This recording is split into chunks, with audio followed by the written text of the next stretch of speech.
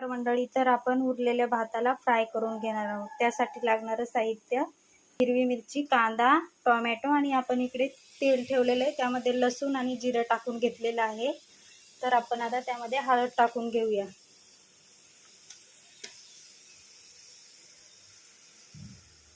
त्यामध्ये आता मिरची टाकून घेऊया.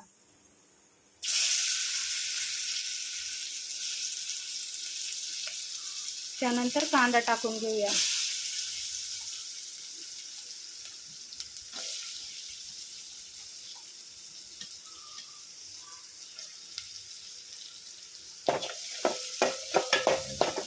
तर अशा पद्धतीने आपण कांदा छान असा परतून घेऊया. आपला कांदा असा छान असा परतलेला आहे. तर आपण आता त्यामध्ये टोमॅटो टाकून घेऊया.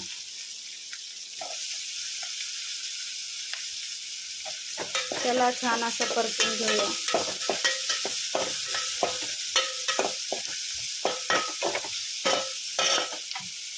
तर आता टोमॅटोही आपलं छान असं परतलेलं आहे.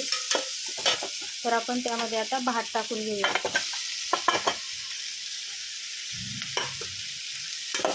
तो असा मिक्स करून घेऊया.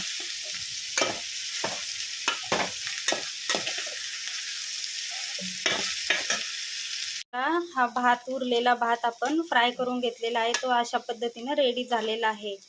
तर तुम्ही पण अशा पद्धतीनं उरलेला भाताला फ्राय करून घेऊ शकता. तर त्यामध्ये आपण आता कोथिंबीर टाकून घेऊया. तर आपला भात आता खाण्यासाठी रेडी आहे. थँक्यू.